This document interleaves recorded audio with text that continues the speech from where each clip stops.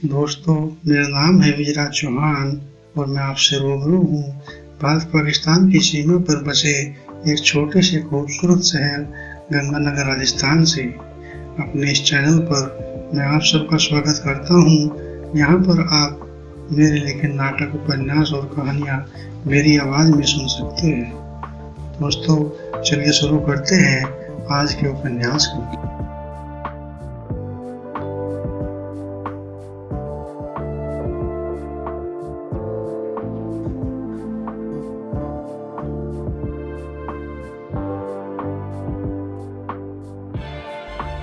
निराशा का दामन थामे मोहन और धर्मू सड़क के किनारे किनारे चले जा रहे थे। मोहन सड़क पर कीमती गाड़ियों में आ जाते लोगों को देख रहा था और सड़क के किनारे मजदूरी करते मजदूरों को देख रहा था। एक तरफ तो समाज के एक वर्ग के लोगों के बच्चे कीमती से कीमती खिलौनों से खेल रहे थे और दूसरी तरफ एक वर्ग के लोगों को मुट्ठी भर जमीन भी मुश्किल से नसीब हो रही थी। मोहन इन विचारों में खोया हुआ चला जा रहा था कि अचानक धर्मू ने नजदीक आते हुए कहा, मुझे माफ कर देना भैया, मैंने न तुम्हें भर्ती होने दिया और न ही मैं खुद हुआ। मोहन ने मुड़कर देखा तो धर्मू की आंखों में करुणा थी, जो आपराधिक संवेदना के कारण झुकी चली जा रही थी। मोहन मुस्कुराते हुए बोला, अरे तू अनायास ही दुखी हो रहा है, इस बार नहीं तो अगली बार सही। और फिर इतने लड़कों में से किसी न किसी को तो बाहर होना ही था। सभी को थोड़ा ही नौकरी मिल जाती, हम और तुम ही बाहर हो गए तो क्या हुआ।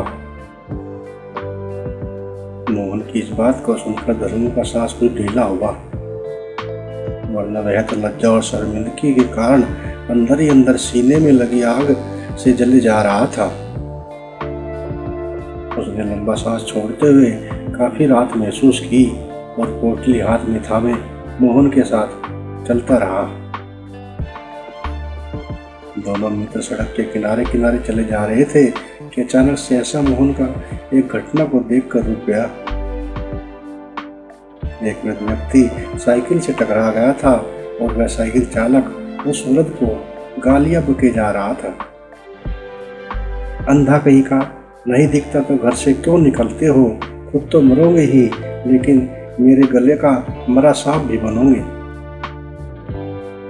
साइकिल सवार अपना भाषण पूरा करने में लगा था, लेकिन वृद्ध व्यक्ति सड़क की मिट्टी में अपने कांपते हाथों से बिना उसकी बात पर ध्यान दिए अपना चश्मा ढूंढ रहा था, जो उसकी आंखों से उतरकर कुछ दूर जा गिरा था। मोहन ने सड़क पर गिरे बुजुर्ग को देखा, उससे रहा न गया। उसने अपना थैला धर्मू पर थमाया और दौड़कर वृद्ध का चश्मा उसके हाथ में देते हुए सामने खड़े साइकिल सवार से नम्र भाव में बोला, भैया क्यों उन्हें गालियां दे रहे हो, हमारे घर में भी बुजुर्ग होंगे, कम से कम उनकी उम्र का तो ख्याल करो। हमारे घर में बुजुर्ग हैं, लेकिन हम उन्हें इस तरह शाम के समय सड़क पर नहीं छोड़ते। अपनी त्योरिया चढ़ाकर साइकिल पर जाता जाता युवक बोला। उसके इस प्रश्न का मोहन के पास कोई जवाब न था।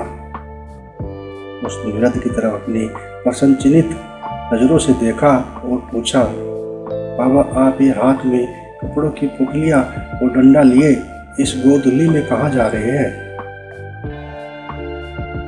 वृद्ध ने ऐसे सहानुभूतिपूर्ण वचन सुने तो उसे अपने कानों पर विश्वास न हुआ। जब उसकी पत्नी जीवित थी तो कभी कभी इतने प्यार और मधुर वाक्य जरूर सुनने को कानों को मिल जाते थे, लेकिन अब तो उसे भी गुजरे 2 साल हो गए थे और बीते इन 2 सालों में उन्हें कटु वचन, तिरस्कार और घृणा के सिवा और कुछ न पाया था। घर में 2 बेटे का फलता फूलता परिवार था, लेकिन सभी के सभी स्वार्थ में रंगे हुए। एक बेटा तो अमेरिका में रहता था तो दूसरा किसी शहर में रहता था, लेकिन आज उसके लिए दोनों पराये हो गए थे, क्योंकि स्वार्थ व आधुनिकता में रंगे उसके बेटों ने उसे आज घर से बाहर निकाल दिया था। वृद्ध ने मोहन के कोमल और करुणा से भरे वाक्य सुने तो वाक्य वृद्ध ने तिरस्कार की आग में जलते कानों के लिए एक शीतल हवा का झोंके का काम कर गए। वह हैरान था। मोहन को जब कोई उत्तर न मिला तो विचारों में खोए हुए वृद्ध का हाथ हिलाते हुए उसने फिर पूछा, बताओ ना बाबा, कहाँ जा रहे हो? चलो मैं छोड़ दूंगा आपको आपके घर। बूढ़े के सब्र का बांध टूट चुका था। उसके सीने की जलन कटकता उसके पिछले गालों से होकर बह गई थी। वह कुछ न बोला। उसने बस मोहन को एक दृष्टि से ऊपर से नीचे तक देखा और कष्टी उठाते हुए आगे बढ़ गया। मोहन ने सोचा, शायद मैंने वृद्ध के दिल को चोट पहुंचाई है। मुझे उसका दिल न दुखाना चाहिए था। वह तेजी से आगे बढ़ा और वृद्ध का डंडा पकड़कर अक्षमायाचना करते हुए बोला, मुझे माफ कर दो बाबा, मुझे आपसे कुछ न पूछना चाहिए था। अनायास ही मैंने आपका दिल दुखाया। लज्जा और शर्मिंदगी के बोझ से दबा वृद्ध का दिल अब कृतज्ञता और बोझ न सह सकता था। आखिर फट पड़ा। अपना कांपता हाथ मोहन के सर पर रखकर अपने पोपले आंसू से भीगे रूखे गालों पर स्नेह और करुणा की मन में मुस्कुराहट लाते हुए वृद्ध ने प्यार से पूछा, बेटा कौन हो तुम? इस शहर के तो नहीं लगते। नहीं बाबा, मैं इस शहर का नहीं हूँ, मैं तो दूर गांव का आया हूँ, यहाँ नौकरी के लिए आया था। बेटा नाम क्या है तुम्हारा? मुझे मोहन। नाम तो अच्छा ही है, मन भी अच्छा लगता है। किसी श्री वर की औलाद लगते हो।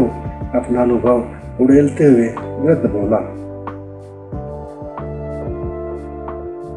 वृद्ध की प्रशंसा पर मोहन ने कोई ध्यान न दिया या फिर अपनी बात पर आते हुए बोला, अच्छा बाबा चलो मैं छोड़ देता हूँ।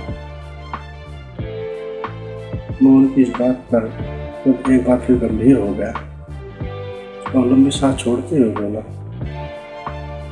मेरा कोई घर नहीं है बेटा, छोड़ना है तो मुझे इस पते पर पहुंचा दो।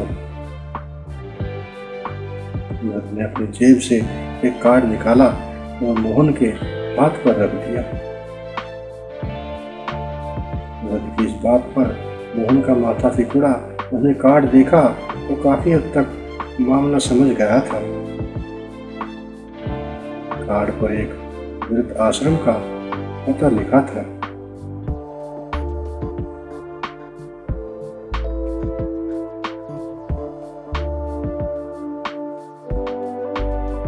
अपनी इन्हीं लाइनों के साथ ही आज के प्रोग्राम को यहीं पे विराम देते हैं।